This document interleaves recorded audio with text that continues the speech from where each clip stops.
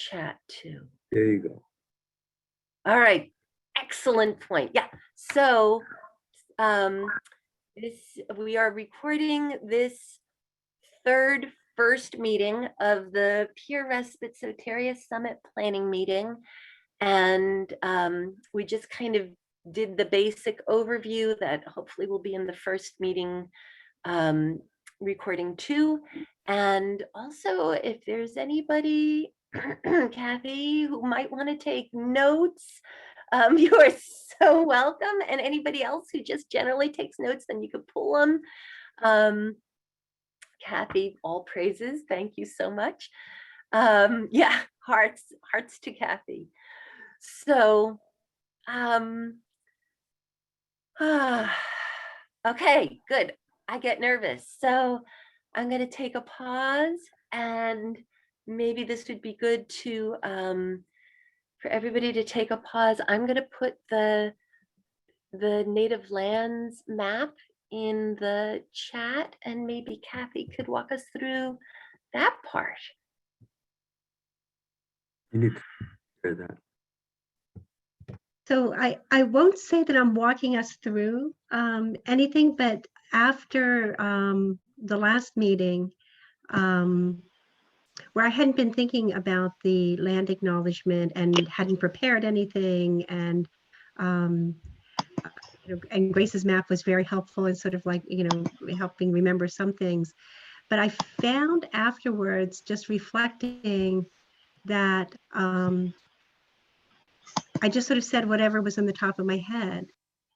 And I had commented on the fact that in our part of Pennsylvania, again, off the top of my head, it felt like there just really wasn't a current present, that there was echoes of our original people in place names and things like that.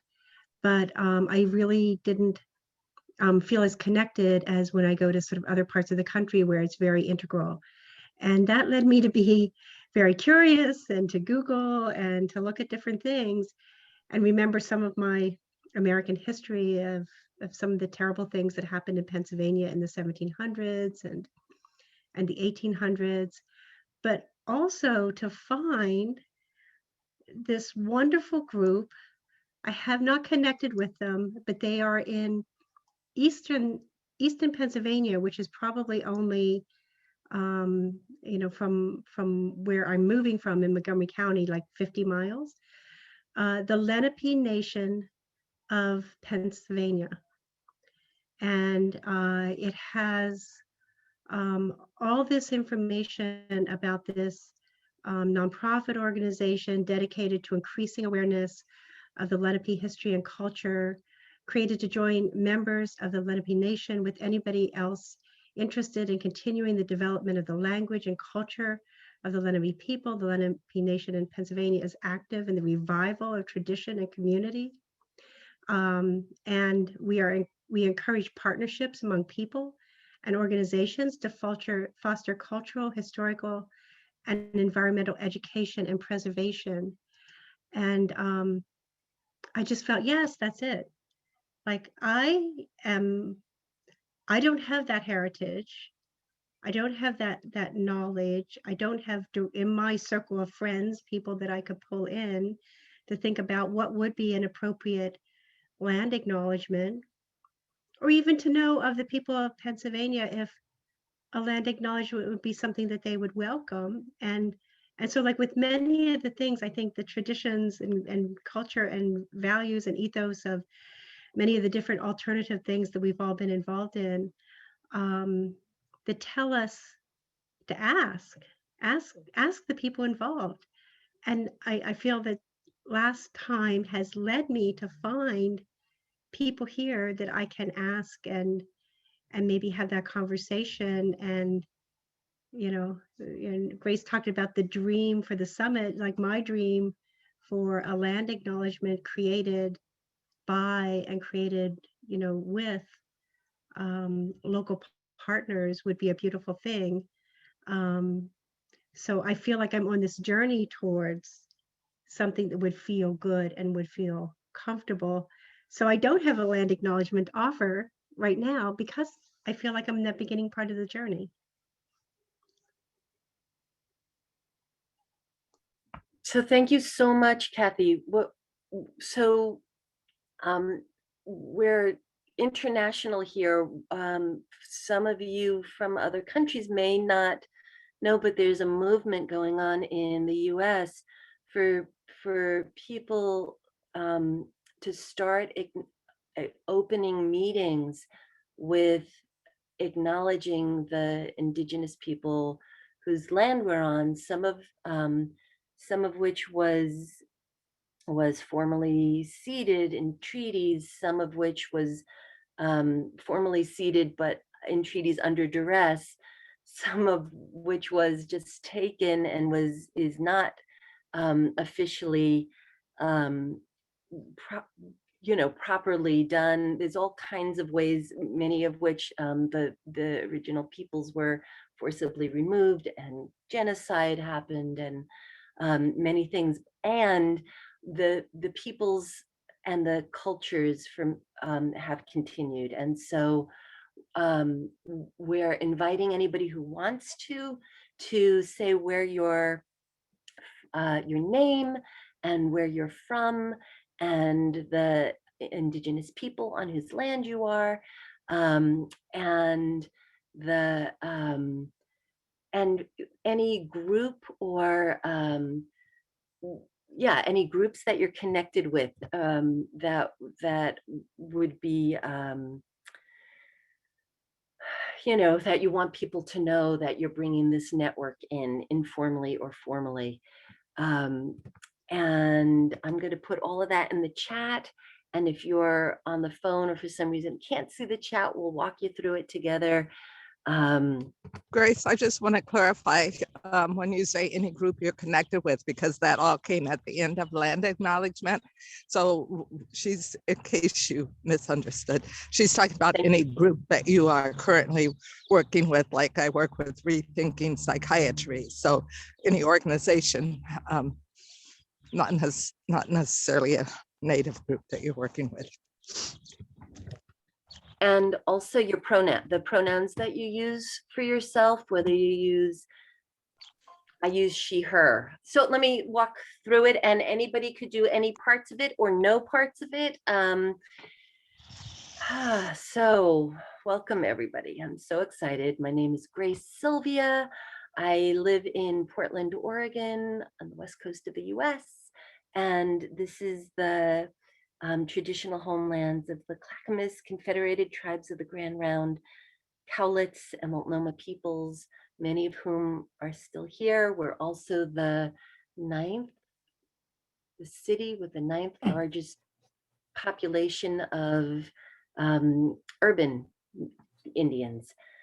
And I am with Rethinking Psychiatry, and people, if you haven't, like, you don't have to have done homework on any of this, and like I said, do whatever of this feels comfortable. And if it's okay, I'm just gonna go around in the order that I see you all on my computer. And yes, Jim, but we can, Jim was suggesting, not just you, but many people only have an hour. So from the beginning, so really if people can just do like one sentence with all of that in there, that would be great. So, and feel free to pass if you're not ready, or if you don't want to speak, and we'll get back to you. So Ty, would you be willing to go next? Good day, everyone. My name is Ty Smith. I'm in Denver, Colorado, and I believe, according to the map, the indigenous people are the Utes. I'm not sure. I'm having trouble reading the map. I also am vice chair of Colorado Silk, statewide independent living council, and I'm hoping that might be a good connection for this group. Thank you. Thank you, Ty. Jim, are you open to going next? Is that me? Yeah, I'm Jim Gottstein. I'm on Denina land, which is part of the Athabascan Native American group in kind of south central and central Alaska. I'm with the Law Project for Psychiatric Rights, Psych Rights. Also recently joined the Mind Freedom Board. Have this group called the Network Against Psychiatric Assault, and actually was kind of the founder of Soteria, Alaska, or at least I was the one that thought it was a good idea to get it going, and we did. So cool. Thank you, Jim. And Sarah. Thank you. My name is Sarah Smith. My pronouns are she, her. I live with my husband and adult children on land that's it's unceded by the Kalapuya tribe in Western Oregon. We're in the foothills of the Cascade Mountain Range. It divides Eastern Oregon from Western Oregon. I work for Mind Freedom International, which is, it promotes human rights in the mental health system. So as a part of our mission, we promote non-force, non-drug alternatives for people experiencing extreme states. Thanks, Sarah. How about you, John of the Moon, of the Dark Side of the Moon, otherwise known as Bert? Right now you are muted.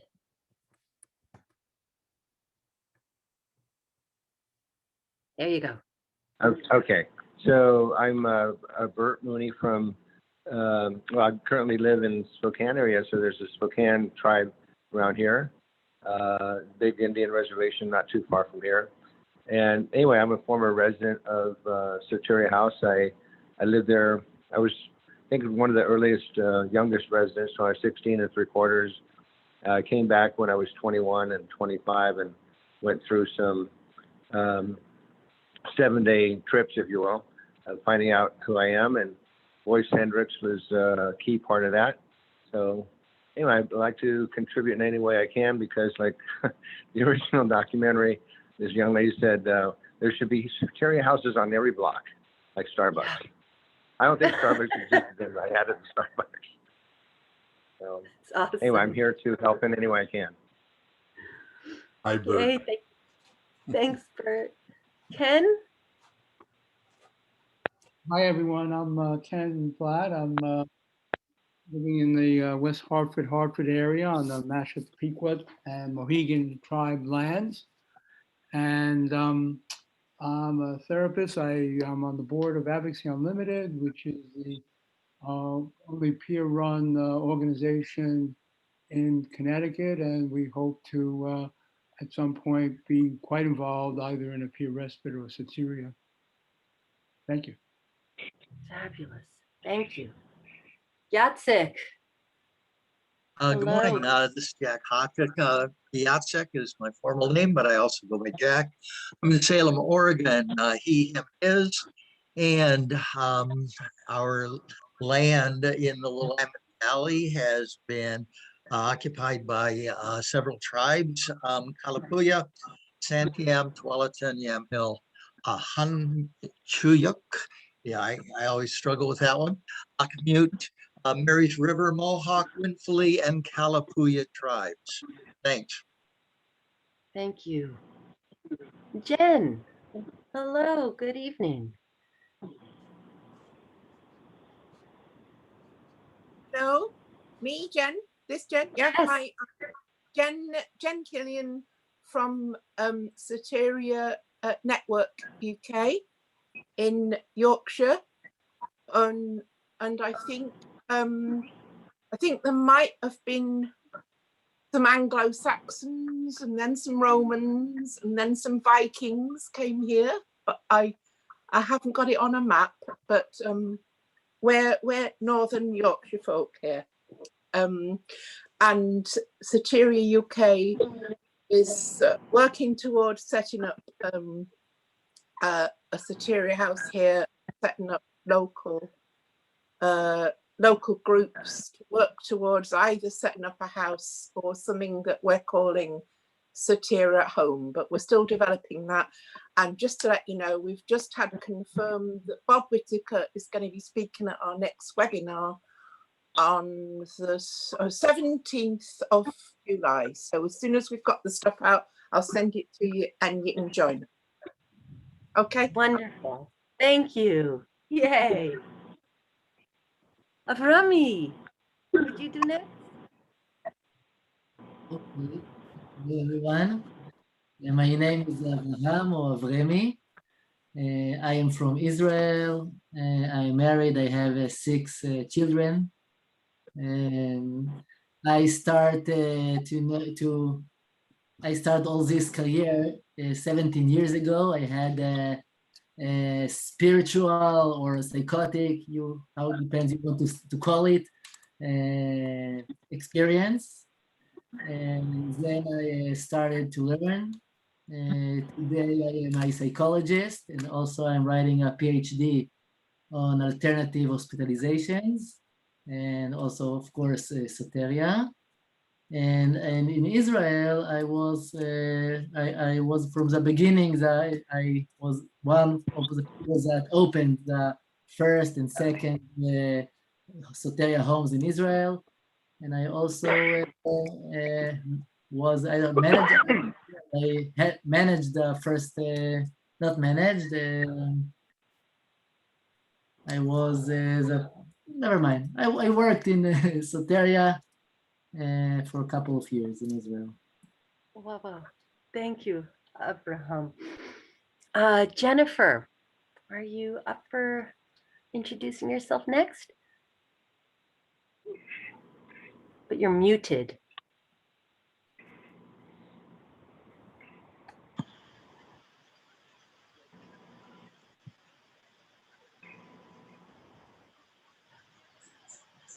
How about we'll come back to you, and as soon as I see you're unmuted, we'll put you in next. Voice, how about you?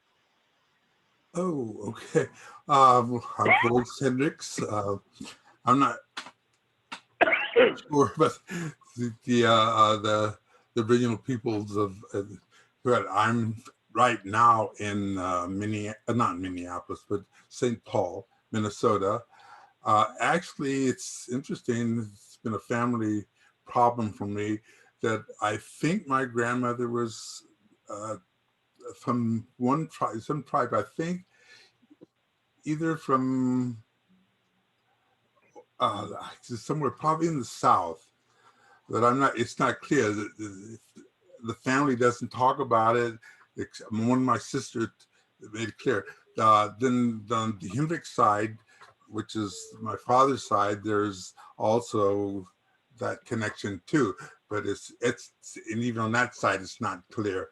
I first even heard it was through Jimi Hendrix talking about Cherokee Nation or something, his music. But when I talk to my family, they bring it up, and it's true, but it's still, I don't know the real connection.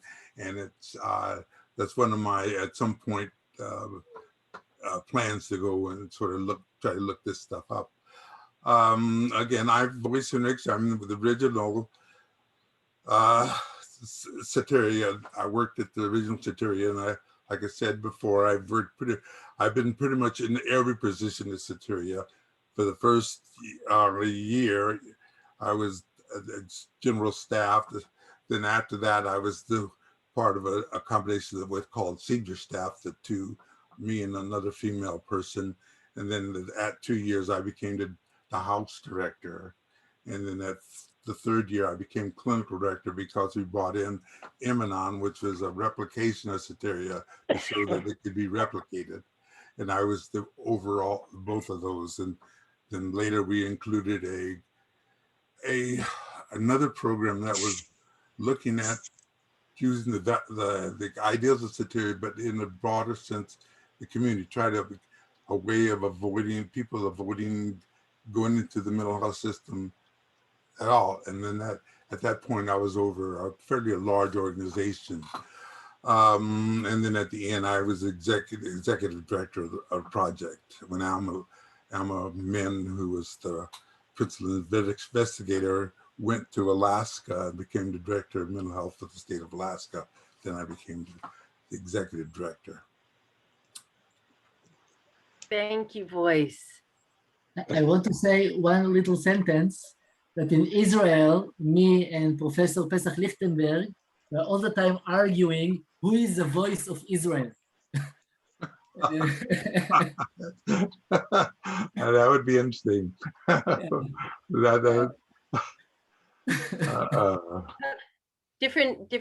There's an old Jewish joke, 2 Jews, 3 opinions. So, yeah. Excuse me. That was one of the biggest argument about a criticism of Soteria, that Soteria worked, but it's only because you had these unusually talented people and they couldn't be replicated. And here we're seeing that it can be. Yes. With Alaska and Vermont and Israel, yes, and now a blossoming all over. Kevin, I'm thinking you put that in the chat so that because you can't speak. No, can you hear me? Yes, great. Yeah, hi, this is Kevin. Just to save time, I posted the information about Portland and its the peoples who have occupied this land before we got here. My name is Kevin. I'm a volunteer with the Oregon Mental Health Consumer Association, and my pronouns are he, him, and his. Glad to be here. Thank you. Thank you. Cindi, do you want to unmute and go next? I'm Cindi Fisher, one of the core founding members of Rethinking Psychiatry, and pronouns are she and her. Land is the coastal Salish people, and click that. And yeah, and I also network mothers of children who have been abused and captured in the mental health system, also part of Mind Freedom. Thank you. Thank you. Berta. Hi, I'm kind of allergic to being concise, so I just want to say I'm delighted to be here, and there are still any Lenape people in Pennsylvania, even though the Commonwealth didn't recognize them. They're thriving in their own ways here and can be reached. Okay, thank you. Stan, do you want to unmute? Here I am. Yeah, I'm Stan Rossowski. I'm in Winnipeg, Manitoba. I've been a peer worker for decades and a bit of an activist and advocate, but most of my work is really done at the level with individuals, and it's hard to change the system. And because it's been so hard, I tend to work outside of the system on my own. Next Wednesday will be 17 years since I took on the role of coordinator, facilitator for something that we call the WARPS project. WARPS stands for Whole Action Recovery Peer Support. And we began as a dual recovery project back in the early 2000s when co-occurring disorders were the buzzword of the day. And Dr. Minkoff was going around the world preaching the gospel of co-occurring disorders integration. So anyways, I'm on Treaty 1 territory. I sent out a little chat there, and I'm not going to take up a whole lot of time. I really believe in this peer support and in the value of lived experience, and I'm here to support in whatever way I can. I'm fairly well networked in my own community. Jim, I just read your article from 2019. Which helped me understand better what we talked about last week and what we shared last week. And getting to know all you guys is going to be really great. I really believe in relationships, and I think I put this in my email, but it's important right now that we form relationships with each other. That's always the root of success in everything that we do.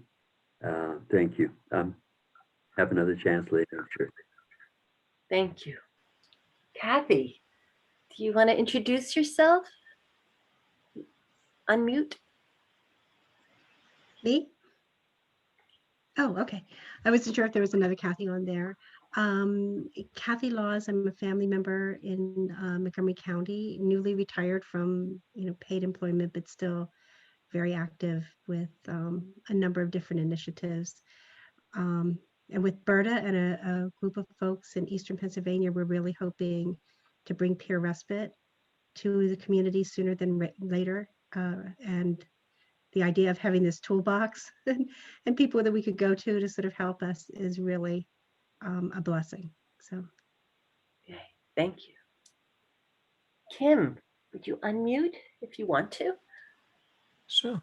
Hello, Kim. My pronouns are they, them, and I'm from Berlin, Germany, and I'm working since 2005 in an antipsychiatric facility, which is called Weglaufhaus Villa Stöckler, or like in English, Runaway House. And it's like, was established 1996 by ex-users and survivors of psychiatry, and it's still run, but at least 50% of ex-users and survivors of psychiatry. Fabulous, thank you. And Andrew, do you want to unmute? I'm Andrew Wesley, he, him pronouns. I live in Seattle, Washington. There are many Native American groups here, some of them being the Snohomish and the Coast Salish people, I think are in my neighborhood. I was hospitalized in 2018 for a manic episode for a couple months. And after coming out of that experience, I was also ended up in 4-point restraint and forcibly injected. I'm like, there's got to be a better way to treat people. And now I'm in a position to do some advocacy, and that's how I'm able to come here. And I found out this group from NAMI Seattle, and I'd like to be here and be a more active member. Thank you. Thank you, Andrew. Fabulous. Jane, would you like to unmute and go next? Okay. Oh, good day, everyone. I'm Jane MacArthur, and I live in the city of Whitehorse, which is located in the Yukon Territory in Canada. Myself, I'm a teacher and a mother of 3 sons. I'm presently a student learning about open dialogue processes, and I'm really here interested in learning more about Soteria House. Thank you for putting this on. I've learned a lot from the last 3 sessions. I'd like to respectfully acknowledge and recognize that I live, work, and learn within the traditional territories of the Kwanlin Dun and the Ta'an Gwachin Council in the Yukon Territory of Canada. Thank you. Thank you, Jane. Alec, welcome. Hi, thank you guys everyone for having me. I'm Alec. You can use they or he pronouns, whichever you prefer. I'm currently residing on the shared land and waters of the Coast Salish peoples as an uninvited guest in what is now known as Seattle. I'm a community organizer with this group called No New Washington Prisons, which is working with trying to build a coalition to stop the expansion of a mental health incarceration facility here in Washington State. And so I think one of the big reasons I'm here is to learn about some of the amazing alternatives that you guys are kind of like dreaming and building with Soteria. Thank you. Carole, yes. Hi, good morning, good afternoon. Carole Hayes Collier from Syracuse, New York, and I've been involved with the psychiatric survivors movement since '72, and I just realized that's 49 years in some way or the other. And in the 80s, I was involved with, in early 90s, I was involved with a peer respite option in Ithaca. And then later, I've just done a lot of different things, but later I was involved with, I set up a peer respite through a traditional agency, but considered peer. It does some good things, but it's got a long way to go. I have left, I've retired, and I'm gratefully very involved, not very, my technology is not good, but we live adjacent to the Onondaga Nation. Some of the land we took and still being dealt with. And I also am on Mind Freedom along with Jim and Sarah and on the Mind Freedom board. And just very happy to be here. And thank you, Yasak, for getting me back in, because that the technology was not part of my 49 years. So. But you're happy to be here, back. yay. Thank you. If you or anybody else has problems with technology, let us know and we'll work it out together. Bronwyn, hi, do you want to unmute? Good afternoon and good morning and all of those good things. Yeah. We got some people in across the ocean, so I believe it's like evening or wee hours of the morning or something. So I'm Bronwyn Franklin, she, her, hers pronouns. I am in the Detroit, Michigan area, and I want to be thankful for the link that we got for the map last week, because I found out that Detroit, being that we're on the river, there were like six tribes in this area. The Michigawa, and the Peoria, and about 4 or 5 others that I'm not going to even try to pronounce out of respect for those tribes. And I have been in the peer support world for about 15 years. I recently founded an organization here called 313 Network Solutions, which will be around advocating and educating and supporting individuals who may be in prison and have a mental health diagnosis and are transitioning home. Right now, there's nothing there to assist them. There's federal money, but the help is not there. So that's part of what I'm going to do with my organization. And Peer Run Respites is something that's deep to my heart, because I felt that if there had been a Peer Run Respite in the Detroit area in the late 1990s, when I was really battling my mental health, I may have not ended up in the prison system. So thank you for letting me share that. Thank you, Bronwyn. Rachel, do you want to unmute and go next? Hi, I'm Rachel. I use she, her, hers pronouns. I'm in Portland, Oregon. I'm on the land of many tribes, the ones Kevin listed: Multnomah, Clackamas, Tillicum, Wasco, and many others. And I'm a social worker. I work for a crisis line, and every day at work I hear multiple stories that illustrate the need for programs like Soteria and Peer Respite. Also, not surprisingly, heard many horror stories from people in prison or calling about someone they care about in prison or just getting out of prison. So that's certainly a huge need. So yes, thank you all for being here. Yay. I think that's it. Kevin and Carole already went, you're on 2 ways, so that's cool.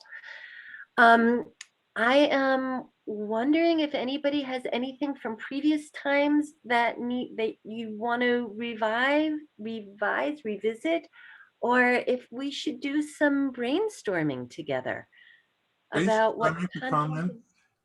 I'm sorry? Did I make a comment? That Please. announced that is it May the 5th was well, actually June the 5th will be Soteria's 50th anniversary. So Wow. Wow. That's great. I can definitely post something on Rethinking Psychiatry's Facebook page for that. Maybe somebody can send a note to Bob, and maybe there can be an article like they did for Rethinking's 10. That's a good idea.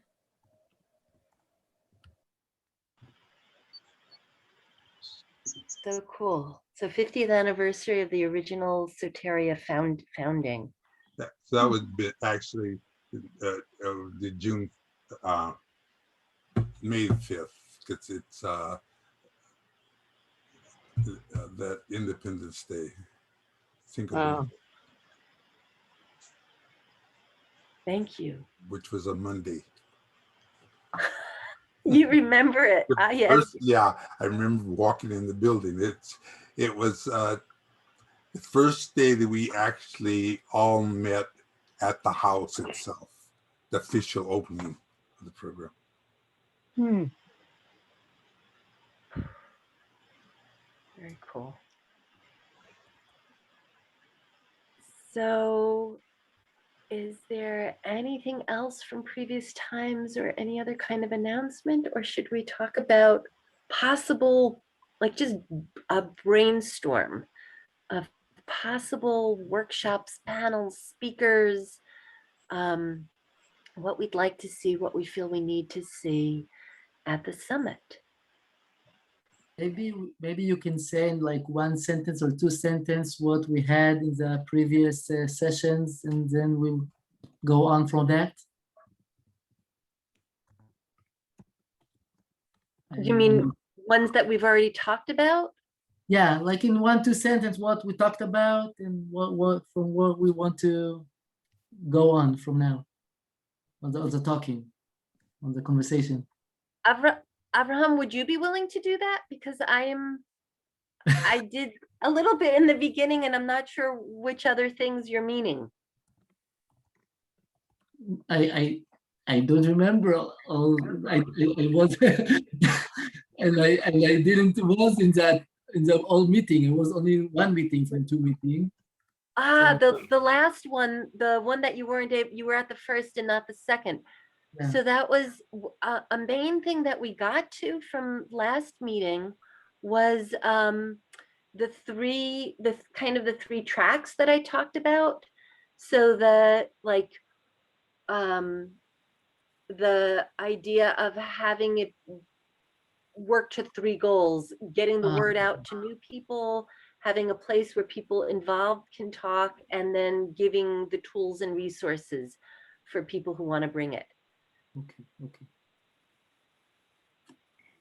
And I am trying to get, I had done some brainstorming, so I wasn't sure if you were talking about that. And I was gonna bring that up, but I think it's more important that we do it together. So, so how about so let me just remind people what a brainstorm is and what it isn't. Oh, now my computer's frozen in front of all of you. There we go, you're back, yay. So a brainstorm is when people just kind of throw out ideas. And I'm sorry, it's when I don't see you, something pops up in front. It's very challenging for me. There you are, you're back, yay. A brainstorm is when people just throw out ideas, and they could be, they don't even have to be realistic, and it's okay. And I'm sorry, it keeps trying to pop up in front of you all. Back, okay. So this isn't where we critique ideas, where we say, nah, that couldn't possibly happen, or where we get into the details of it. This is where we just get to dream and even fantasize. And sometimes it's okay if you say something really like, let's get the head of the, I don't know what, whoever here. And even if it's completely unrealistic, it might spark the idea of some other people that will end up being really like maybe the fantasy idea won't be the idea, but the things that it sparks will be. So we don't have to critique, and please, we'll refrain from critiquing the ideas. We won't get into the details of it. Let's just say the things that we think would be fabulous if this summit could do, if we could have speakers or workshops or panel talks. What would you like to see? And I see Ty's hand up, and you don't even have to raise your hand. You could just jump in, or you could raise your hand if that helps you. I'd prefer to raise my hand, thank you. I'd like to see something like on the value of peer lived experience and autonomous peer services. And the reason I say that is because here in Colorado, we are trying to pass something to allow peer services to be more autonomous, but it still requires oversight from a clinician. And I think that kind of takes away from a little of what we're trying to do here. So I'd like to see something that just, how can we go about doing this our way without interference from other people? Right on. And I saw Kim and then Jen Killian. I think like Jen and Killian were like first. I can go like after them. Oh, okay. Thanks, Kim. Yeah. So when you said let's invite the head of, that came into my head. Yeah. I've forgotten the title of this role, but it's in the World Health Organization, and they are something like special rapporteur for human rights and mental health, something like that. I can look it up. He may not still be him, it might be someone else, but he wrote a report a few years ago and included in it the importance of Soteria houses. Darius P. Danius, somebody's putting the name in there. Yeah, he may not still be in place, someone could have replaced him, but whoever, yes, Danius Puras, thank you, Ken. Yeah, so him or his replacement, if he already knows about Soteria and why it's good, invite someone in that situation, because those reports do get quoted and take notice of. So just a thought. Yeah, invite him, her, whoever it is now.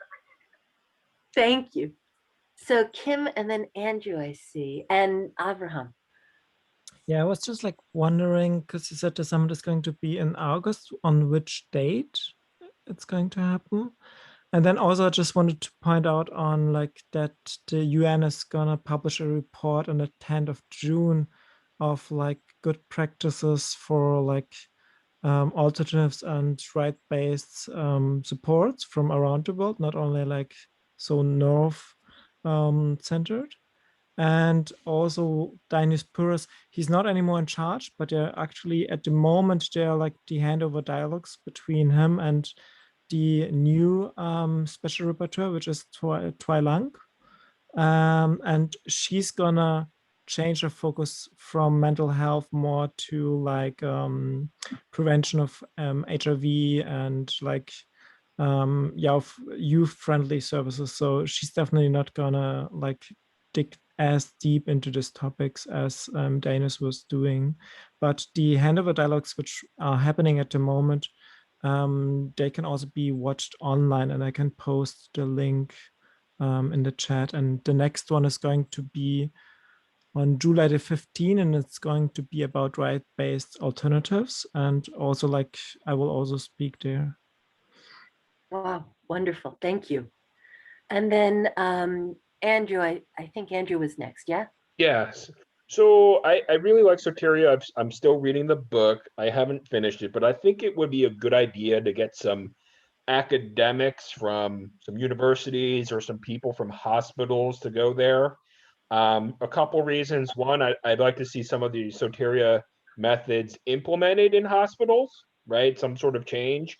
And it would also be good to have some maybe PhD students who are getting their PhD to study the differences in theory between the care models in the hospitals and the Soteria method, so that we can have some scientific research. What I'm still reading the book, but it seems to me that some of the evidence about Soteria houses and how they work is more anecdotal as opposed to scientifically based. And if we want to change the system, we need to get some scientific evidence or some scientific research in there. That's my opinion. Thank you. And then Avraham and Sarah and Cindi. Now me? Now, yeah, okay. You say that we can talk about dreams and non-realistic things, so I will speak. I have a big dream. I don't think we need, like I think Cassie talked about it before, that I don't think we need only to talk about people that have experience, living experience. I think Soteria have something to say to all the world. not only to people that have living experience. It's a culture, it's a spirit. It's how you're making a conversation, how you can talk, how you can be with a person that is not thinking like you. And I think maybe we can make a conversation about that, how we can bring this spirit to every place, to every government, to every country, to every every place.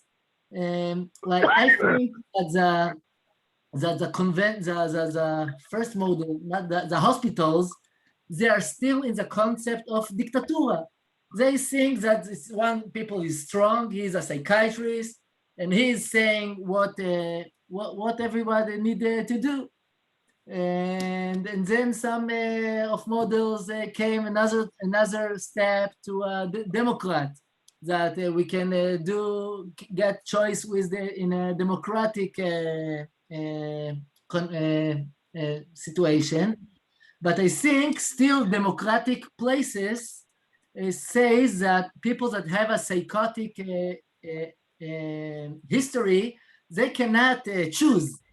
I read an article that is writing there that only people that had a living experience cannot choose bad choices.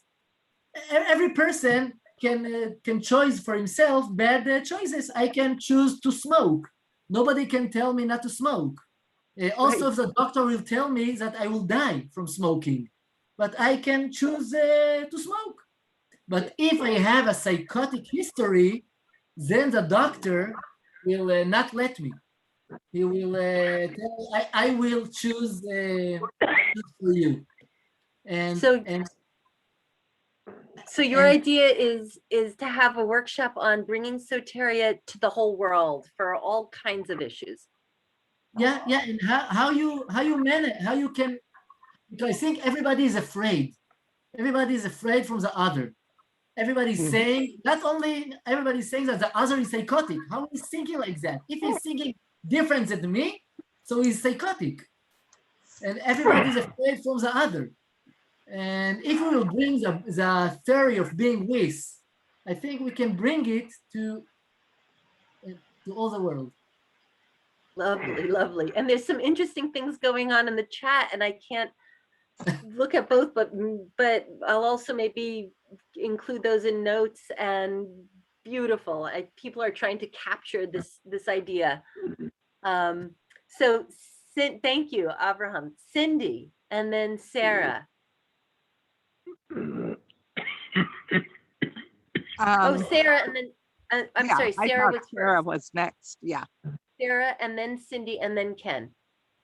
Okay, thanks, Grace. I had originally in chat suggested that we brainstorm tracks, and and I think we need to first distinguish between what differentiates Soteria from peer respite. Then I think we also need to distinguish the expertise that is needed to actually run a Soteria or a peer respite is different from the expertise that is needed to actually get funding for one. So I wanted to make the organizing piece an important track that we cover.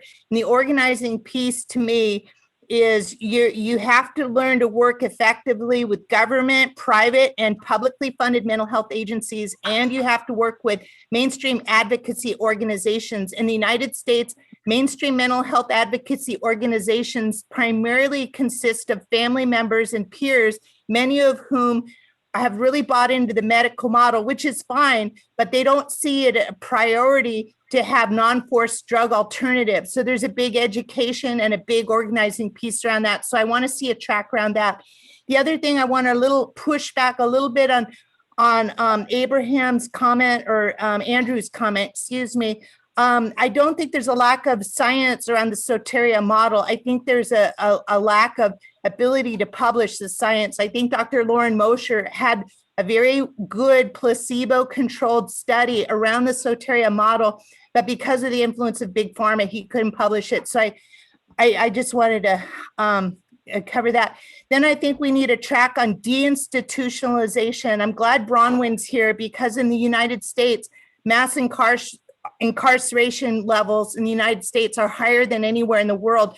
So I think we need, even though we're an international summit and we want to encourage topics that are relevant to everywhere in the world, I think we need to have a track that is very applicable to high incarceration rate countries like the United States, and how you deal with the trauma of getting out of a prison or jail and how that affects your recovery.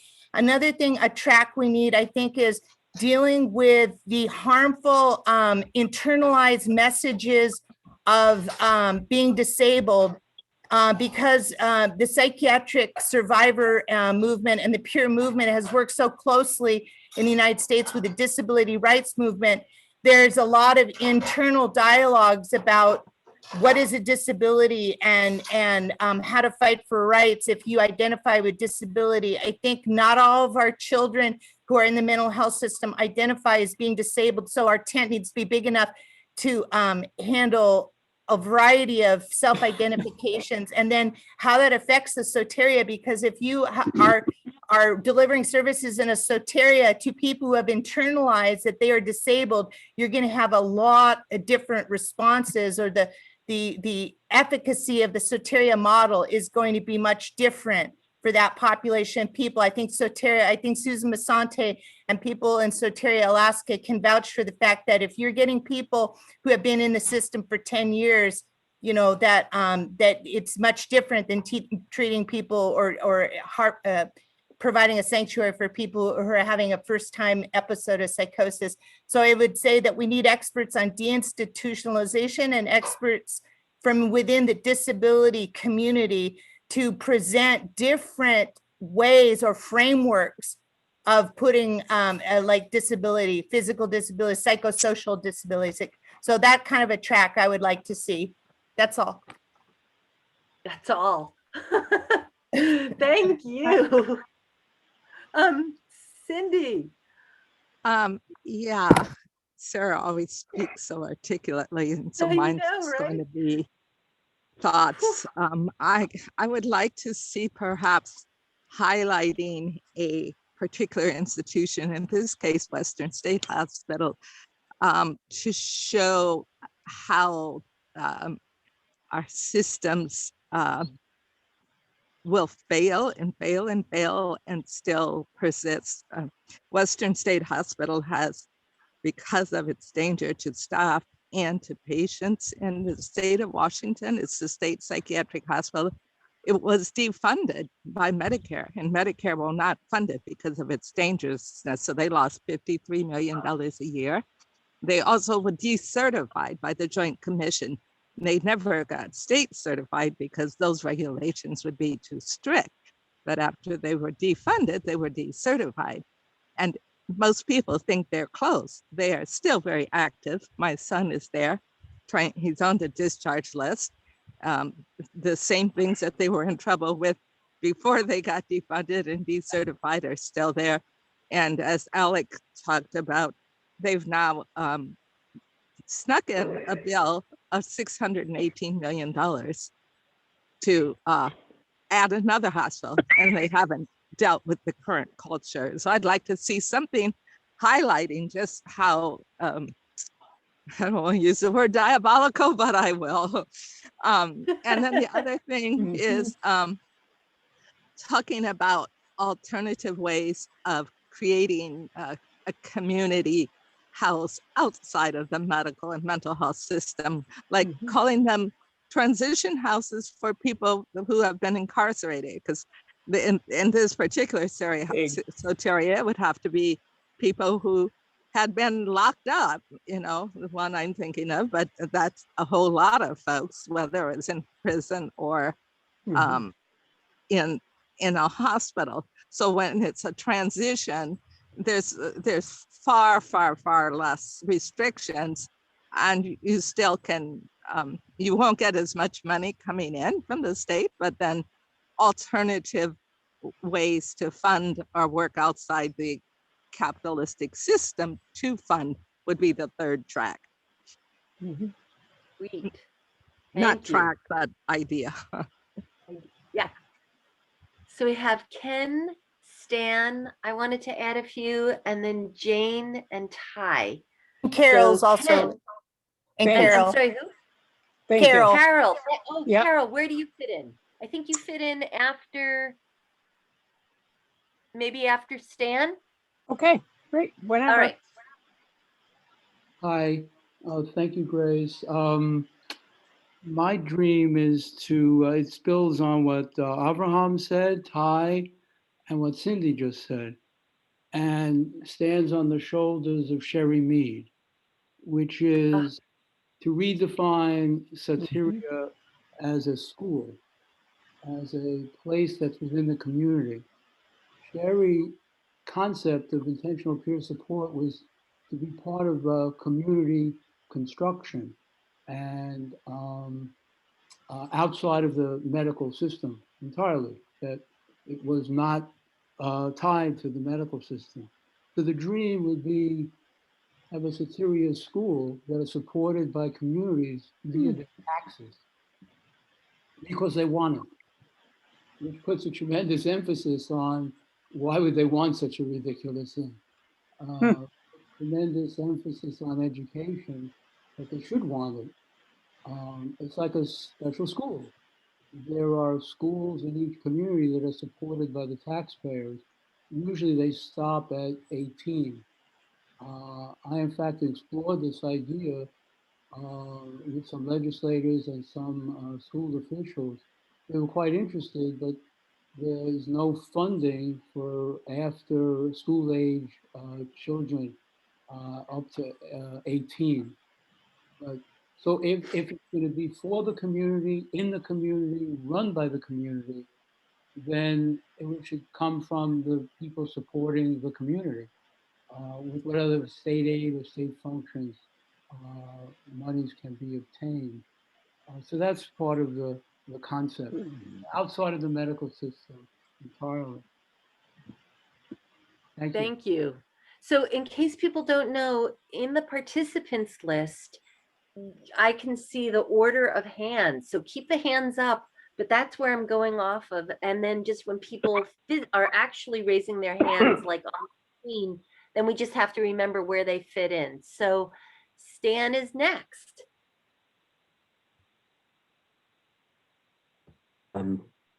So my thoughts, I think people have touched on this a little bit. Soteria, the way Dr. Mosher wrote it up and the way it was developed in the 70s was intended to deal with specifically early psychosis intervention, and it has shown itself to be very effective with that model. But when they tried to move from there and deal with more intense cases, there have been some problems. And I think there's a lot of reasons for those, for the challenges that they encountered. On the other hand, I find myself kind of separating the idea of peer respite from Soteria, because peer respite is, there's many models for it.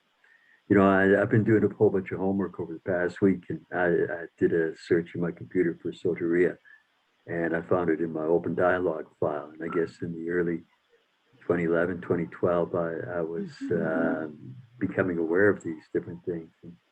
But it goes together, open dialogue, just the humanist sort of model and approach to dealing with people, the non-psychiatric, and again, the idea that everybody has, it's a community effort. Everybody should be able to respond, because my experience when I walk around downtown in my city, I encounter people in distress. They're homeless, they're broke, they're often struggle with addictions, with serious mental health issues, and I'm able to stop with them and share a smoke and share 10 minutes of conversation and just be human and help them maybe find a little bit of peace for 10 minutes. But even that, I feel like everyone in the community, we should live in a community where we can all do that for each other.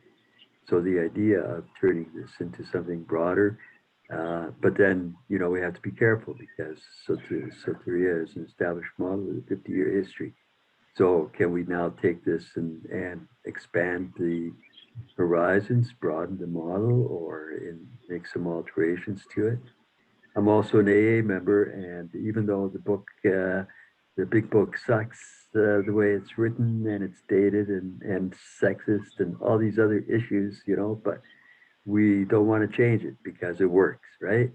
I don't know how much there's pluses and minuses. Today, this morning in my meeting, we were reading the last chapter called A Vision for You, and they described the early days of AA when Bill finds himself in Ohio, I think, and in this hotel and makes this connection with this doctor, and they form a relationship, and then they find somebody else and they form another relationship, and they form a relationship with the psychiatrist at the addictions hospital, and they start to get referrals, and I don't know, here I maintain informal, but because I really believe in networking, so I maintain informal connections with some of the professionals, and they in turn, when it's appropriate, will refer people to me when they feel it's appropriate, because they know that if they refer them to me, they're going to get something that's not medical and something that's going to be alternative, but it's because those relationships and have formed some trust there. So anyways, I could go on and on and on, but that's some of my thoughts. What are we doing here, and how much focus are we doing on peer support, and how much specifically on Soteria? Thank you. So a brainstorm doesn't have to include a lot of the kind of background and details and of thinking. It could, like, I don't want to step on anybody's toes, but you can also just throw out ideas. Carole, you're next. Yes. In the 70s, was much more public about how much the psychiatric system in Russia was used as a political tool to lock people up. And I think I'm sorry to kind of narrow this to the USA, but I'm seeing pretty scary things coming. And I think that peer respites and any kind of alternatives need to be available for people, because even some of the best commentators around, you know, are saying, well, you know, instead of dragging them off and putting them in prison, we should be putting them in mental we should be getting them mental health. So since it's a brainstorm, I just want to say, I hope that we are able to address how we need to be available for those people who will stand up and be challenged. It's happening around the world, I know, but the US is clearly moving in that direction. And I just want to make sure that as people get falsely diagnosed, you know, I can't say that that's all a good thing, but as people get locked up in mental hospitals, we need to let people know, and activists know, that we have activists in the mental health system and we have activists in all systems, but we have to be welcoming not only those people with disabilities, but also people who will be politically imprisoned in mental health places. Thank you. So I was on the list, and then Jane and Voice and Avraham. So some of the ones that I had been thinking about might be a workshop that had something to do with how not to be co-opted, or kind of the tension between a pure peer model or a hybrid model, like Second Story. Adrian, I was hoping, was going to be here from Second Story Respite, or also something about, like, maybe having a workshop trying to define fidelity criteria. Also, so funding was already talked about.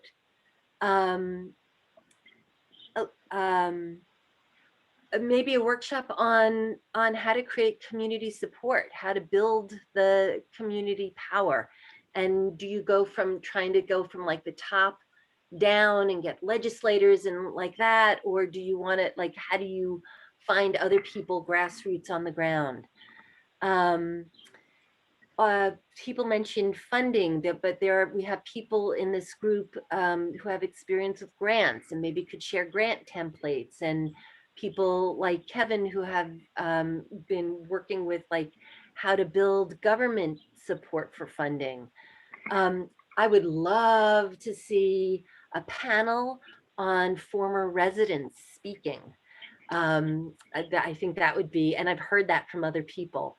I could imagine a panel where for the Soteria side of it, the different Soteria houses and voice could meet, and it could either be like a talk to voice kind of a panel, or just people talking together and saying, we're struggling with this, how do you deal with that? I thought that could be cool. And I could imagine Peer Respite having something like that also. What about a workshop on mistakes in the early years, or what I wish I had known then that I know now?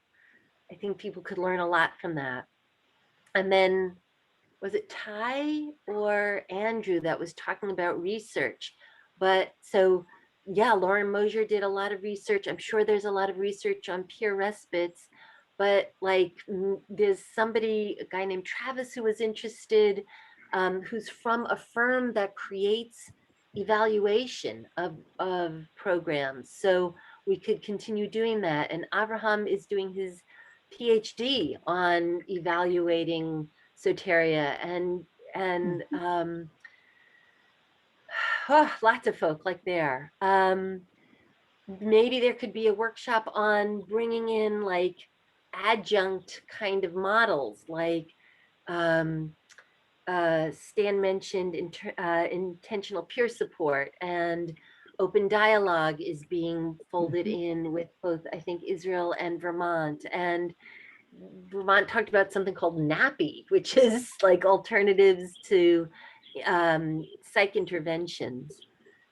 Maybe there could be a workshop on the tough questions, like what about when violence happens, and what happens when somebody goes and smashes up the house, or what about when you're trying to cite a house and there's all the, in the States we call it NIMBY, not in my backyard, and like, of course, medication. And I'll just mention maybe one more of like kind of the idea between having it be for medication naive people, or can it be for people who've been on medication for years and years, and how does that look? And I was really inspired hearing in a conversation with Pesach and Avraham about how they do it in Israel. So that's just some. That I think there's even more, but back to you all.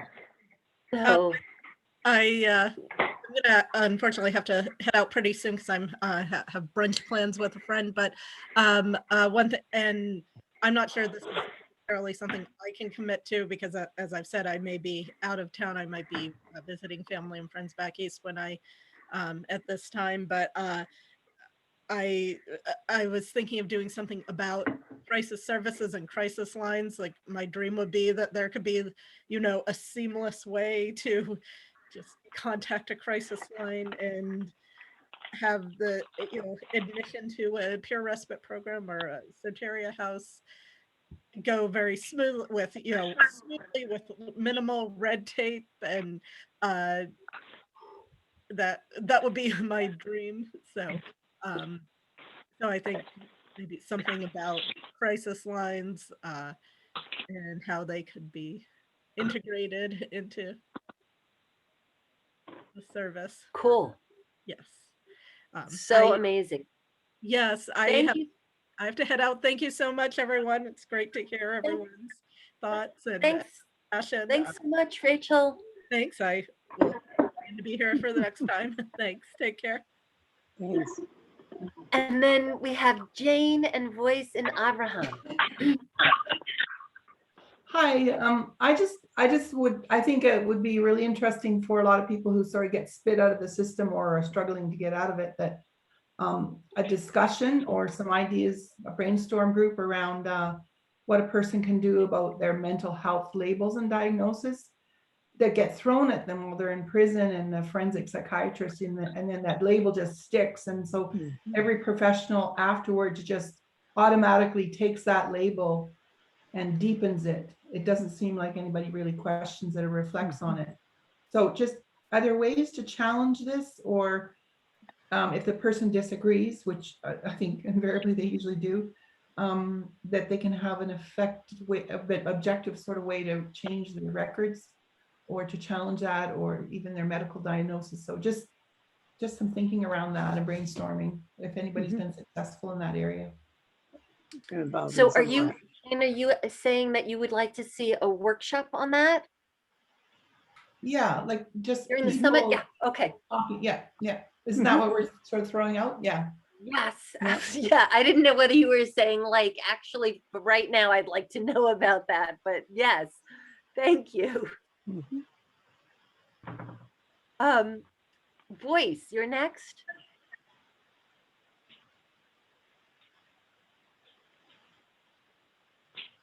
This gets complicated. We've gone so much. Every time I start thinking, somebody says something, my ideas change. So right? my people dysfunctional. But one of the things is really critical. Andrew, you talked about the book and not having much science and more anecdotal. That was the way it was written. The book was a response to the final report to NIMH. So it was about the clinical product. So it had very little.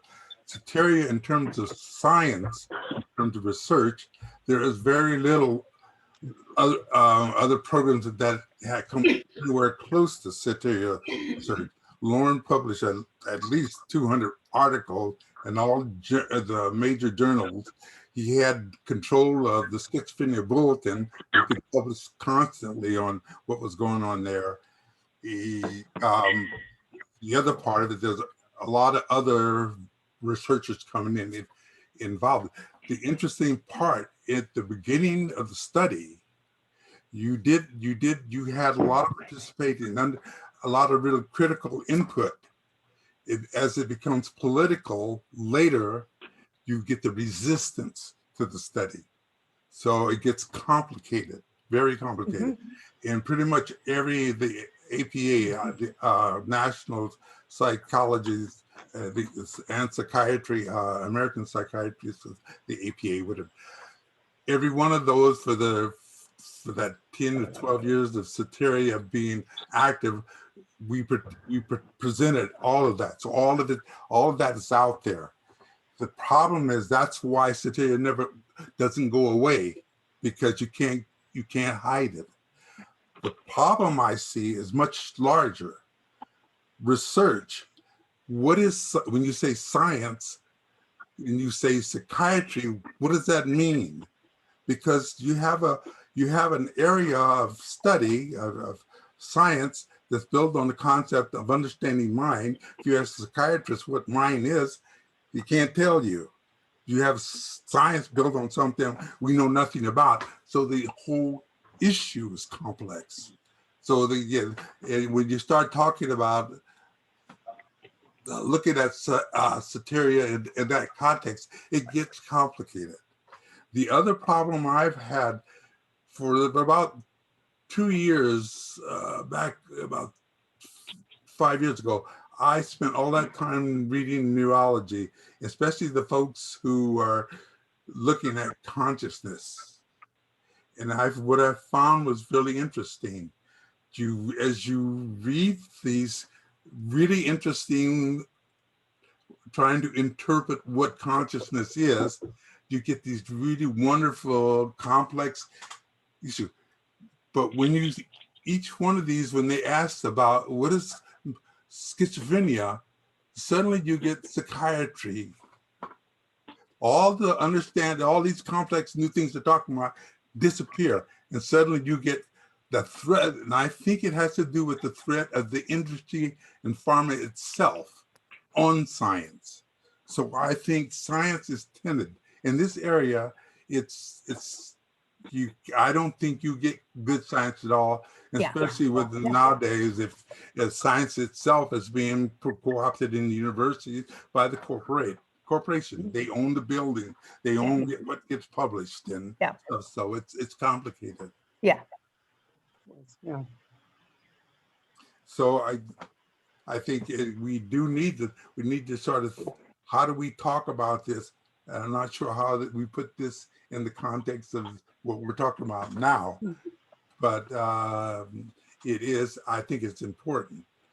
But Soteria itself, science is, it's called, that's Lauren Mocher and I, when we talked a lot, half of what we talked about is the science. And he and I had some very different opinions, not in a bad way. His focus was on what's going on through the process of getting testing the folks as they go through the Soteria project, the client. We did test all the staff at Soteria and the control group staff, the hospital, and did a comparison for that first group of people. So that's there too. But the problem you have with me, I think the most important thing about Soteria was the community it created and the essence of that community and how that impacted the Soteria itself. And there is no discussion, there is no science about it. It's pretty much all been in my head talking about it. And I talked to Lauren, and Lauren admits that, you know, that would have been a crucial point, but we didn't know that when the study started. So there's no way to sort of anticipate that there would be a community. So, but these kinds of things need to be talked about and try to understand. The problem is when you get the field of psychiatry and psychology, and pharma comes in, they take over and become, as for example, Soteria, after Soteria closed, and I was on many IRBs, institutional Review boards. Yeah, right. Review board. Anyway, and the whole notion that you couldn't do a Soteria. They couldn't do any Soteria because they said you were withholding unknown treatment, withholding the medication. So it's problematic. Thank you. So I just want to notice that it's 11:30. We said we would end. There's still some people who want to contribute to the brainstorm. Do people want to stay for maybe 15, till 1:45 and try to just get everybody in? Do we want to continue this by email? I mean, we'll continue it by email anyway, but how do people feel? Do we want to end the meeting now? Do we want to go just for a few more minutes and get everybody in? I'd like to go for a few minutes, but I'm gonna have to leave too, so. How about this? There's a little reaction button at the bottom. If you feel like we need to end the meeting now, do the little thumbs up. And then we'll see how many of those are. So we should all leave the end the meeting now. Okay. So we've got a couple people doing that. A few people doing that. Can we continue putting this? We'll send out an email really quickly, and then we can continue this brainstorm there. How would that be? Would that be okay, folks? Yes. All right. Grace, All right. Because you said there were a couple people, and I'm wondering if there's just a couple folks left that if they didn't have their voice heard, that even if it were on the recording, that they could be allowed to speak their stuff, and other folks can leave if they need to. I agree with that. Yeah. I agree. Okay. All right. Bye, Jen. Thank you.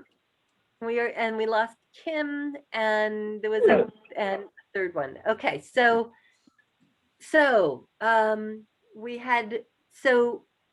Sarah, you're saying you need to leave pretty quick. So Avraham, would you be willing to let Sarah go ahead of you?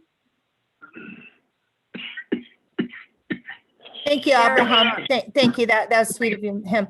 I wanted to acknowledge how nice it was to hear from Voice, who I've never met before, and say that I really appreciated his comments. And I wanted to add to that maybe there are some of the soft sciences soft sciences like cognitive psychology that are more in alignment with Soteria, or why do placebos work? Those kind of sciences, that could provide a body of science, not just, all the biological science we hear from.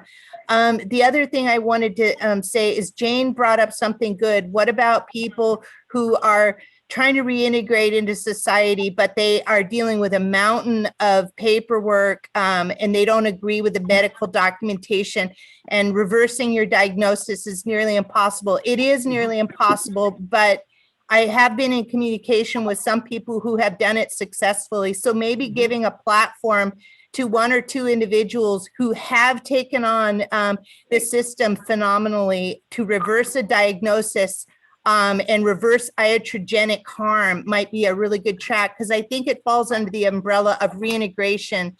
One of the reasons why Soteria Alaska had so many challenges is because people have internalized bad messages about themselves. And if you give people opportunities to talk openly and honestly about problems they experience with mental health providers, harm that they received, even diagnostic harm, like Paula Kaplan says, the first harm that we never talk about is the harm of a diagnosis. Then there's the harm of iatrogenic harm, physical harm caused by psychiatric meds, challenges of getting off psychiatric meds, which are not recognized by medical providers as a legitimate issue. So I would love to have a track for people who have gone through that process of restoring their good name, of reversing diagnosis, and getting off psychiatric meds. I think that's a valid track under the Soteria model, because when you have people who have been in the system for 10 years and they desperately want to be a part of, have a Soteria experience, they need to have some role models for how do you get emancipated from psychiatry. So I would love to have a track for survivors who have taken on the system, advocated effectively for themselves in that specific way. Thank you, Sarah. And Avraham and Cindi, and I added myself just because Kathy left and I know there was something she had wanted to say. So I will put it in there. Okay. So Avraham. Okay. I think maybe it will be good if we can talk about what is good for me, because I think in Soteria we are listening to the personal, to the person. And sometimes I think also in Soteria, we can say, we know what's the model. We know we can read the book, we can hear what the people of Soteria saying, but not for everybody, what is writing in the book is good for them. And I think inside the real way of Soteria, it's not that I will tell you what's good for you, and I will hear what you are saying is good for you. And I think it can be very interesting to hear formers and people that they will say what I wish people will do for me when I'm in that situation. And we can build a thing from that. That is one thing. And another thing is maybe a conversation about love and limits, because I think it's also sometimes a problem in Soteria, because sometimes people don't know how to do it together, love and limit. They're all maybe too much limits or too much love. And I think it can be a good conversation about that. And what? I'm sorry, interesting. I was just saying, yeah. And another thing, I think, what is scary in Soteria? I think in the world, people sometimes are scared from Soteria model. They think they think about R.D. Lang, think Soteria is R.D. Lang, and Soteria will bring Andrea Lamusia in all the world, and very bad things. And I think it can be good conversation to hear from what we are scared and what we can do of that fear. And another, I don't know, it's maybe big dreams, but I hope I will know how to tell it in words. Like I think it's in all the world. I don't think it's only in Israel, but I think all the world you have like a days that the people that are homosexuals or lesbians, they are walking and they have a proud like a parade. Yeah, Parade. yeah. Okay, I think you understand what I'm talking about. So I think it's time that also we will get out from the closet, and not talk about that we are sick or we are, I don't know, and we'll do also those walking, and it won't be shy. It's like it's like a it's a human situation. It's not like everybody can be sad, everybody can be happy, and everybody can be psychotic. So you don't need to be. It's not a illness. It's not. Seems like so. I think maybe I don't know. It's one dream, and the last one will be finished. I know that the United Nations, the human rights in 2017, they recommend about the Soteria model. They talk about that what's happening in the hospitals, how it's not going with the human rights, and how it's not succeed in their treatment, and they recommend the world to go to Soteria model. And maybe we can think about all the work what we're doing here together to see how we can make like a medal. We say like we can go every hospital in the world and we can check, are you going with a spirit of Soteria, not with a spirit of Soteria? We can put in the net, in the internet, in this place the hospital is better, this hospital is worse, and people will want in all the world to go to the spirit of Soteria, because you don't need, like I told the first time, you don't need that whole the mode of Soteria. It can be also little things from Soteria, and every place that will take only a little thing from Soteria, a little step for these places, for these hospitals, can be a big step for all the spirit. I hope you understand me. I don't know. I didn't understand myself, but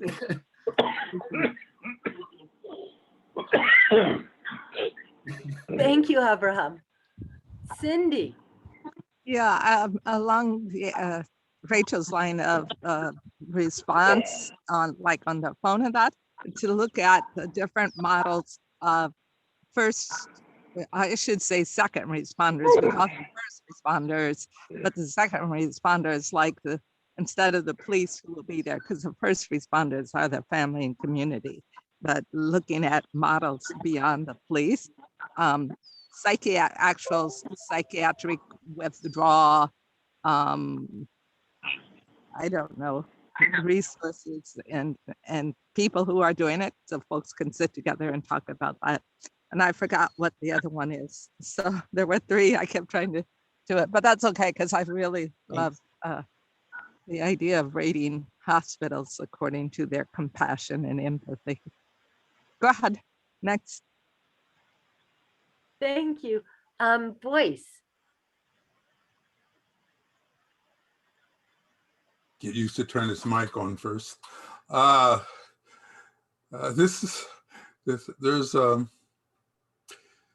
a kind of thing that I would like to participate in, but might be a section to contemplate, is that we, people who've had the experience of being involved with different levels of different, either families or working in the institution stuff, create a kind of model of what is going on in someone's that makes the thing we call schizophrenia or whatever it is happen, or what's going on. And I think of some form to express that. And the reason why I say that is that, you know, we were talking about how do you change someone's diagnosis. My problem is DSM process is not science. It is totally doesn't represent reality. And some of one of my closest friend, Courtney Hardy, she does what they call the Vermont study, which is a replication of Lou Chomsky's longevity studies. And she and I used to talk about this endlessly, that the concept of schizophrenia in terms of DS3 have no logical sense. The impression that schizophrenia you immediately should be on medication and you're going to probably be taking medicine for the rest of your life is nonsense.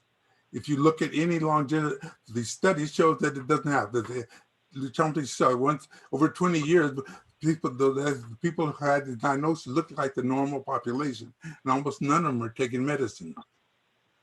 And her study showed exactly the same thing. So obviously, the concept, the diagnosis doesn't make any sense to begin with.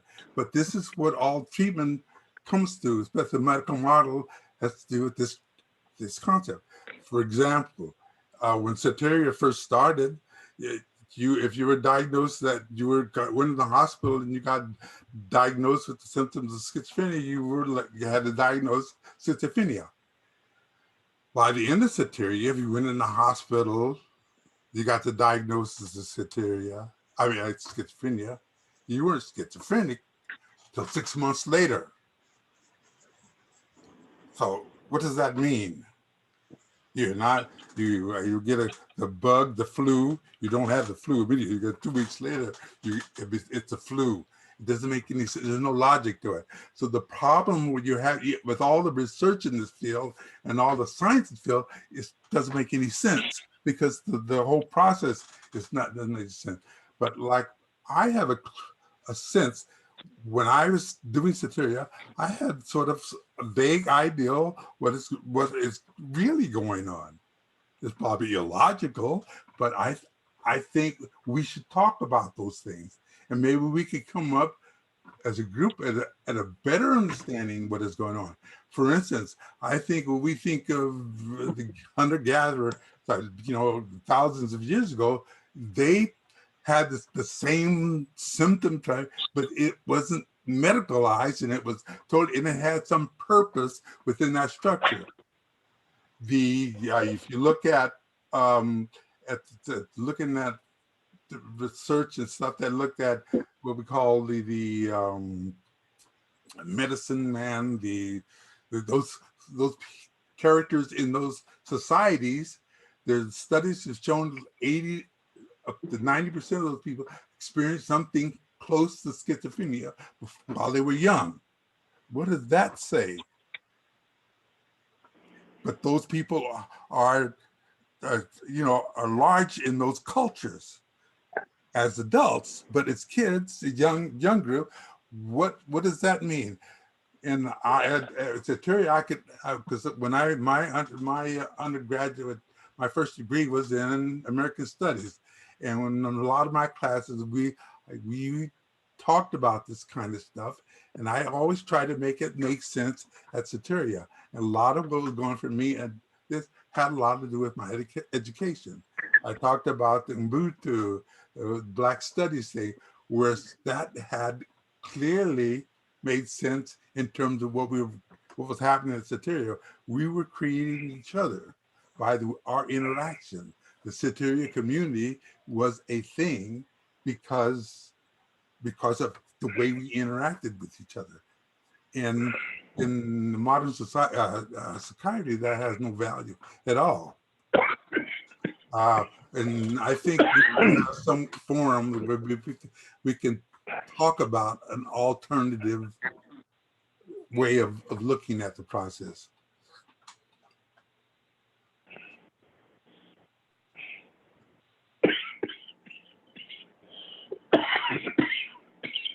Your mic's off. Grace, is your mic's off? It says your mic's off. I said thank you, and I tried, for people who don't know, I tried to put Ubuntu in the chat, but you will do a better job if you want to correct it. What was that? If you want to correct what I put in the chat, because not everybody knows what Ubuntu is. Yeah. It's the concept of I am me because the people, everybody I'm around is who they are. We're created. We can think of our societies more as a we than the Western culture of I, you know, the individuals. And did you say that was from the Zulu language? Oh God, what's the African language? It's Xhosa? yeah, Swahili? you say Xhosa. You say Xhosa in the language. Yeah, it's a term. In my Zulu, it's in different cultures, African cultures. Zulu have this similar concept, but it's a one word. It implies a larger concept. It doesn't exist in Western culture as it did at that. And my colleague at the University of Santa Clara, San Jose, was from Africa, and it was a big thing for him. And we used to talk about how that it fit in what we were doing at Soteria, and it made logical sense. Yeah. And he talked about what they experienced in their culture. People who were mentally ill were not seen as illness. They were a part of the ancestry, and they represented their ancestors. And where their behavior was different because it was in a different context. And so it made sense in their culture, not a negative thing, but a positive. Thank you. Where we see schizophrenia as has no value in our culture, so we need to treat it. Right. Thank you, voice.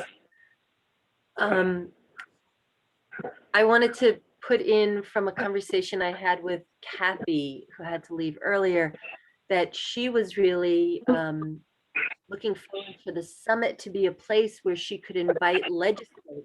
And then so there kind of ended up an idea of, well, a lot of the policymakers who hold the purse strings and the legislators, they probably won't come on a Sunday. And so there was kind of an idea of like, well, what if we could do towards the end of it a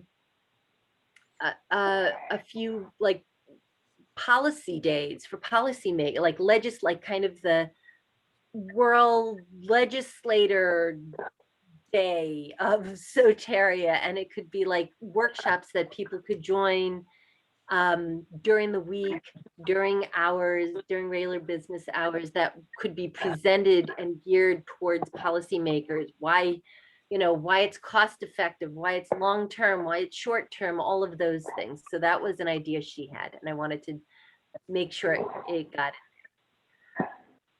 in.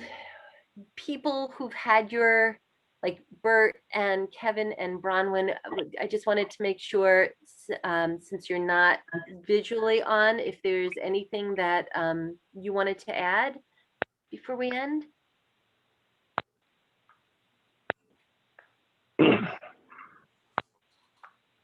And Bert, we could hear you in case you're trying to say something. Okay. Yeah, I would just add that, I would be willing to present something from the resident side, and it actually kind of falls into what Voice was saying about other cultures. I see what happened to me a lot differently now than I did when I was going through it. And what I see, as I went through a series of processes, that as a spiritual being, I knew what I was doing. And that's why not left alone, but being with somebody in an environment that was safe to do so was the right thing to do. And I went through these things for a reason, obviously.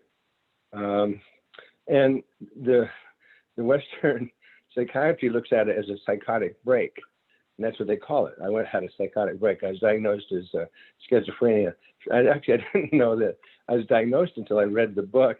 Soteria, I go, oh, wow, I was diagnosed as schizophrenia, because we used to just call ourselves spaced out. And that was the term we used for being a little different. And so I do have a unique viewpoint that I can help add to the conversation as a participant, and the way that I experienced what I experienced, and it's a whole different viewpoint than obviously what psychiatry view it as. And again, I was blessed to have Soteria. Thank you, Bert. You're welcome. So I'm not seeing Kevin or Bronwyn pop on. So I am thinking that we're good. Y'all, this is amazing. We haven't figured out dates for next time. Maybe there's only 4, 12, 13, 14 of us left. Maybe what do you think? Should we skip next Sunday and do Sunday the June 13th and the 27th? Or should we, since we really need to kind of solidify things before July, should we try to meet all of them and whoever can come? Or do people have a quick thought about that? I have a thought. Please. And it's kind of going into Sarah Smith's idea about having tracks. Maybe we could develop a couple tracks and then make subcommittee meetings for those tracks. And then people who have a specific focus and an interest can really work diligently in those areas. And people who are more interested in doing other parts of the summit can focus in other areas. Cool.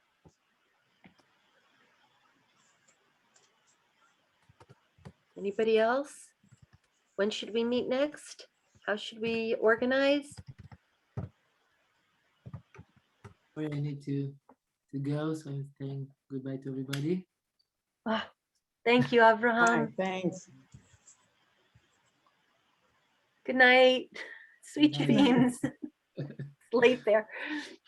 Grace, I'm wondering if in respect to what was said before me, and my phone was dying, so I couldn't see who it was, but maybe on the email we can try and condense into, I mean, there's some amazing ideas. See if we can condense it into 1 or 2 or 3 tracks so that there would be room for all, or we just, in condensing it down to 3, we would suggest, okay, this track will, we'll try to cover this area and that area, and then come back together for next Sunday. I would suggest we not miss Sundays. It's like just whoever can show up. But after or next Sunday, hopefully through the email, we will have pretty much condensed things down and then not finalize, but finalize for subgroups, which I think will be really important, finalize the tracks where that can be further hashed out. All right.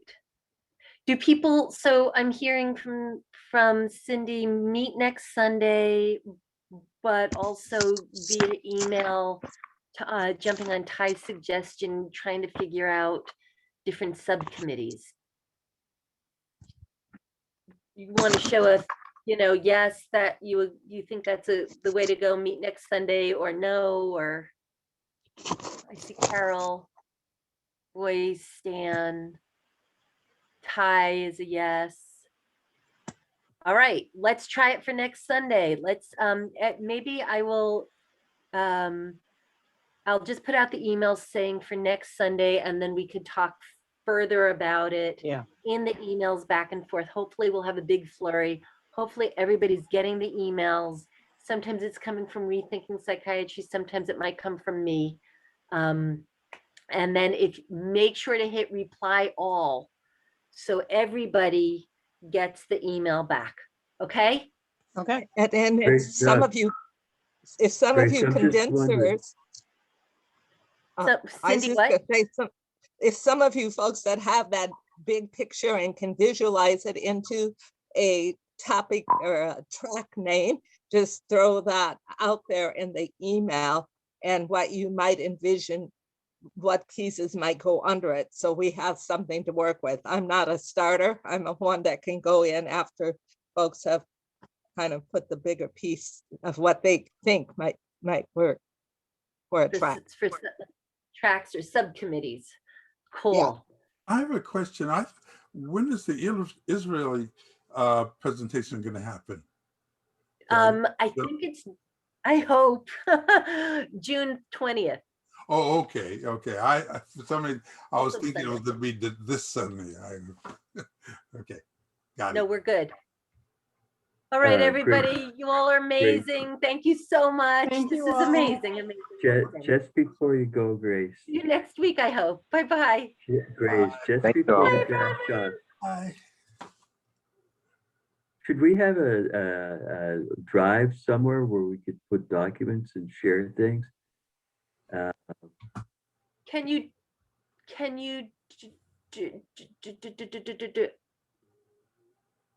I wonder if that could happen. Does anybody know, can that happen on the Google groups? Yeah, Google Drive supports it, and there's a version of it for nonprofits that are free. My church uses it. So it should be, it's something that could be linked to the group so that we could upload anything that we want to upload, and where we could go in and possibly contribute to work in progress and so on. So a shared drive that we could all share, but that would just be shared within the group. Andrew and Berta, do you know, like if you log into your Google groups, is there a place for documents?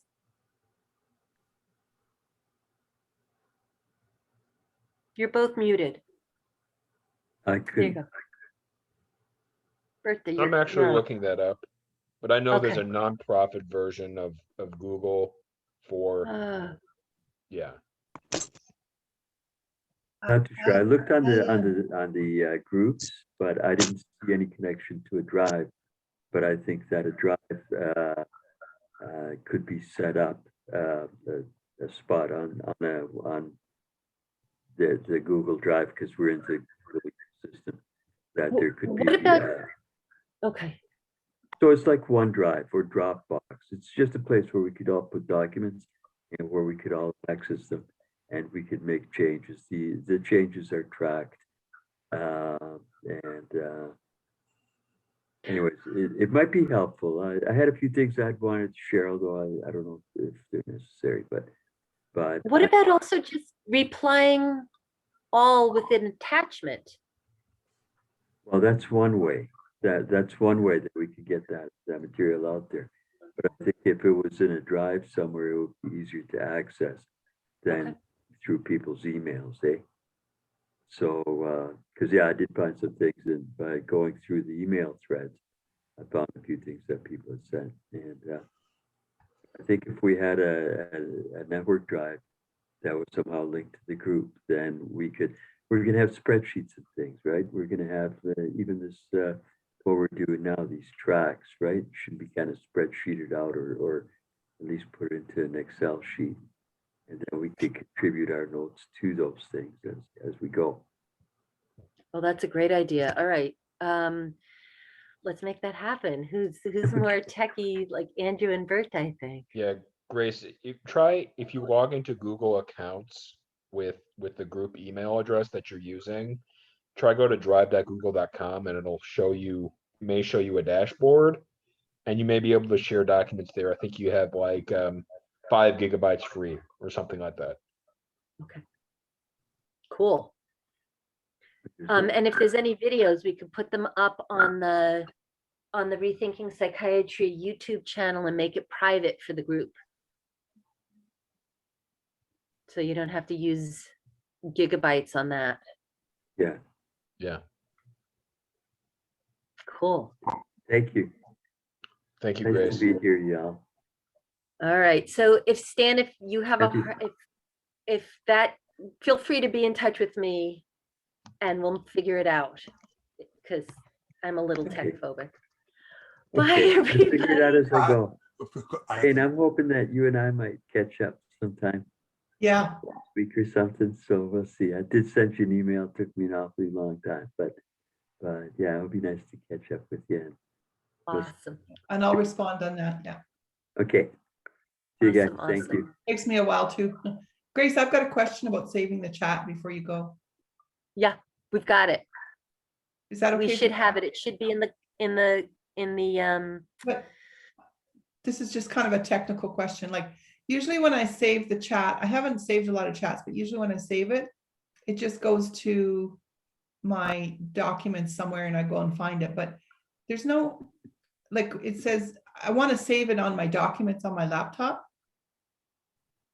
Do you know where it goes? If I just hit the 3 dots and save chat, it saves it. But do you know where does it go? You can, if you do that, you can, it'll say show in folder. You'll get a little message saying chat saved and show in folder. But it's doing it, setting up a folder called Zoom in your documents file. And if you go into that Zoom folder, each chat is in its individual dated folder. The folders, let's see, I'm there now. So Dan, I think it creates the folder for you. So Yeah. if you just search for Zoom folder, you should see it. And what I think I'm also going to do is attach it to I might pare it down and attach it to the notes that we'll send But out. when I hit those 3 dots, it says saved. You saved your chat, and then it says find. It saved in Finder. Look in Finder. So when I go to my Finder, I have all those options. Like documents, desktop, AirDrop, downloads, recents, whatever. But I just So don't. go documents and go to Zoom. It'll be the last. Okay. Oh, really? It's that simple, eh? Yeah. Wow. Okay, I'll just do that now. Have you got a second? Yeah. Okay, I've got several Zooms, so. That's probably all the different chats that you've saved. Oh my God, that's where they all are. So I need to give it them names. Okay, super.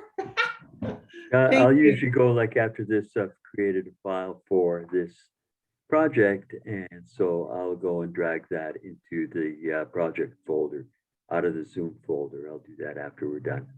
Okay. So that way you'll organize it by project instead of having it just there. Mhm. Yeah. So you'll rename it and then put it, like I have a summit folder, and so yeah, putting it there. Mhm. Yeah. Okay. Thank you. Cool. Thanks, Thank you. Thanks. So good. This was great. Bye-bye. Bye-bye. Kevin, are you still there? Can you unmute? Do you want to unmute? I have to keep the thing on because I want to, well, I guess that's okay. I guess I could turn it off. All right. Bye, Kevin. Committee dates. Summit dates. Subcommittees. Next meeting.